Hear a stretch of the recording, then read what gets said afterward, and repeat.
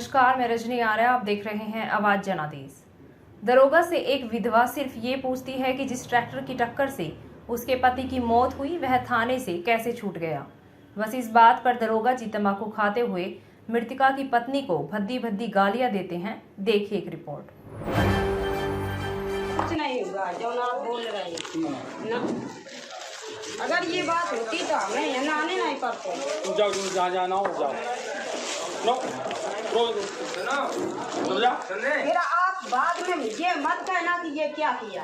जा तू जा जा। नहीं ऐसे हम तो दिखावे जा। घर के बैठे हो जा। क्यों है यार? चलो जा तब जा, तुझे झंडा मारना पड़ जाएगा।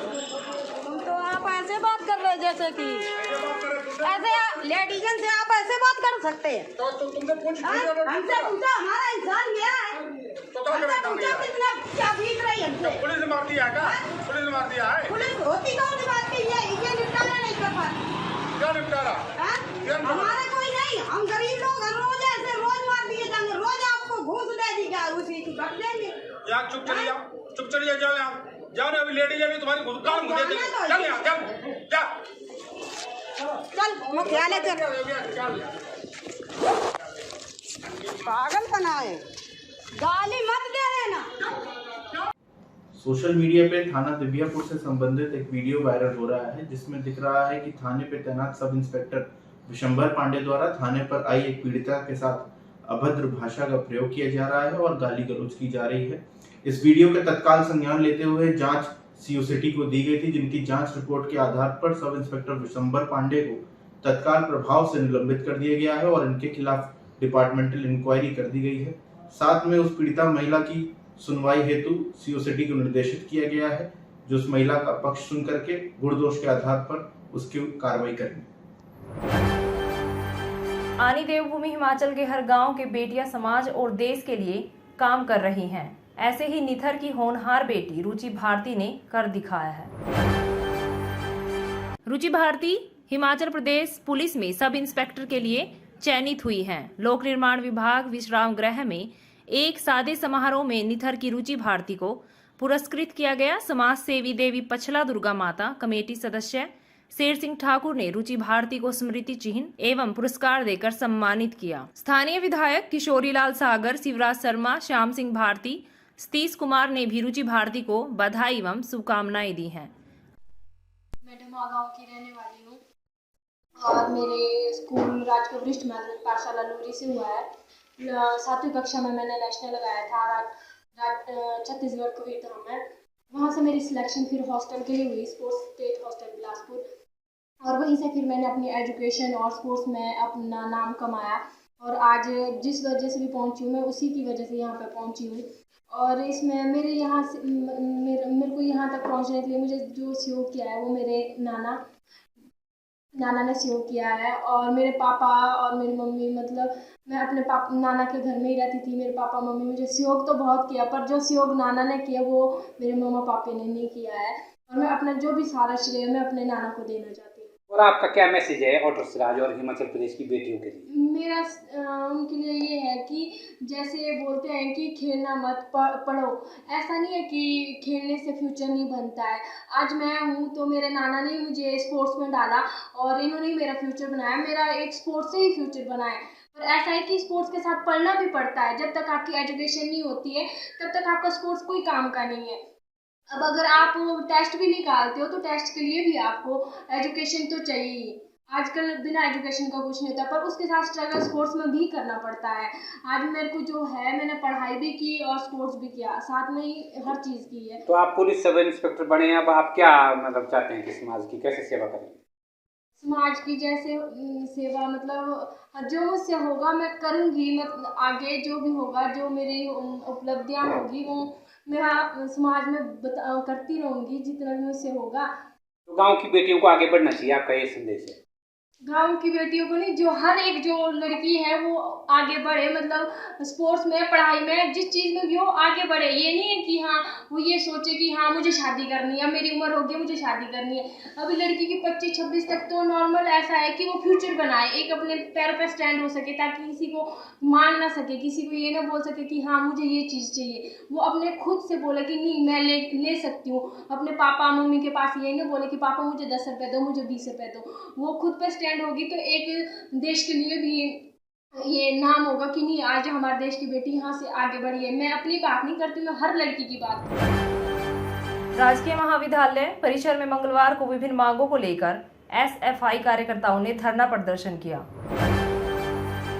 इस दौरान सरकार के विरुद्ध जमकर नारेबाजी भी की गई। धरने में एसएफआई कार्यकर्ताओं ने नई शिक्षा नीति के विरोध में आवाज बुलंद की। एसएफआई राज्य सचिव अमित कुमार ने कहा कि देश भर में सबसे पहले हिमाचल प्रदेश में नई शिक्षा नीति को लागू किया जा रहा है। इसका एसएफआई पुरजोर विरोध करती है। यह नीति विद्यार्थियों के खिलाफ है। सरकार को शिक्षा पर बजट बढ़ाते हुए गुणवत्तापूर्ण शिक्षा सुनिश्चित करनी चाहिए। मैं अमित ठाकुर, एसएफआई हिमाचल प्रदेश राज्य सचिव, और आज एसएफआई चंबा जिला कमेटी का 2 दिवसीय प्रशिक्षण शिविर चंबा के अंदर शुरू होने जा रहा है। और इस प्रशिक्षण शिविर के माध्यम से Student Federation of India Himachal Pradesh के अंदर जिन मुद्दों को लेकर लगातार संघर्ष करती आ रही है, जिसमें खास तौर पे राष्ट्रीय शिक्षा नीति को हिमाचल प्रदेश पहला राज्य है जिसने लागू किया है। और उस राष्ट्रीय शिक्षा नीति के अंदर एसएफआई के बहुत सारे जो है उसमें सुझाव भी सरकार को हमने दिए हैं, लेकिन उन सुझावों को सरकार स्वीकार नहीं कर रही है। इसलिए आज जो है विरोध प्रदर्शन के रूप में हम यहाँ पर प्रदर्शन कर रहे हैं, जिसके साथ साथ बहुत सारे चंबा के अंदर कॉलेजों की जो समस्याएं हैं, जिसमें बहुत सारे कॉलेजों के अंदर स्टाफ की जो कमी है, या पीटीए के नाम पर जो करोड़ों रुपए जो है छात्रों से फीस वसूली जा रही है। हिमाचल प्रदेश के अंदर आप देख रहे होंगे कि पीटीए के नाम पर जो है हर कॉलेज के अंदर 600 से 700 के करीब जो पीटीए फीस ली जाती है। और हिमाचल प्रदेश के अंदर लगभग 2 लाख के करीब स्टूडेंट जो कॉलेजों के अंदर पढ़ता है, उनसे सालाना जो है लगभग 10 करोड़ के करीब पीटीए फीस इकट्ठी की जाती है। लेकिन उसके बावजूद भी सुविधाओं के नाम पर कॉलेजों के अंदर स्टाफ नहीं है, लाइब्रेरी के अंदर बुक्स नहीं मिलती है, कॉलेजेस के अंदर छात्रों की जो है कक्षाएं समय पर नहीं लग रही है, जो परीक्षाएं हो भी रही है उसके बाद आप देखते होंगे 1.5 साल तक विश्वविद्यालय रिजल्ट नहीं निकाल पा रहा है। इन सारी समस्याओं को लेकर ये जो है प्रशिक्षण शिविर यहाँ पर चंबा के अंदर होने जा रहा है। इसके साथ साथ बहुत सारे और भी मुद्दे जो है छात्रवृत्ति से संबंधित है। पिछले 3 सालों से हिमाचल प्रदेश के अंदर अभी बजट आपने देखा होगा, उस बजट के अंदर कई नई जो है स्कॉलरशिप योजनाएं सरकार ने शुरू की है, लेकिन पिछले लंबे समय से जो स्कॉलरशिप योजना राजीव गांधी योजना के माध्यम से या हमारे देश के अंदर अब्दुल कलाम आज़ाद के नाम से जो स्कॉलरशिप चलती थी, वो पिछले 3 सालों से छात्रों को नहीं मिल पा रही है। लैपटॉप जो सरकार जो है एक सम्मान निधि के नाम से जो है जो छात्रों को मिलते थे, स्कूल के नाम जो छात्र पढ़ते थे स्कूलों के अंदर, वहाँ पर जो मेरिटोरियस स्टूडेंट होता था उनको जो वहाँ पर लैपटॉप दिए जाते थे, पिछले 2 सालों से वो भी नहीं दिए जा रहे। तो इस तरह से नई नई योजनाओं को जो है शुरू करने की कोशिश की जा रही है, लेकिन सरकार के पास बजट के नाम पर कुछ नहीं है, सरकार के पास आमदनी के नाम पर कुछ नहीं है, क्योंकि सारे सार्वजनिक क्षेत्र जो आज निजी हाथों में सौंप दिए गए हैं। इन सारी नीतियों के खिलाफ जो है प्रशिक्षण शिविर हो रहा है। चंबा जिला के सलूणी उपमंडल में सोमवार को ब्याणा पंचायत में प्री जनमंच का आयोजन किया गया, जिसमें ब्याणा, मंजीर और सिंगाधार 3 पंचायतें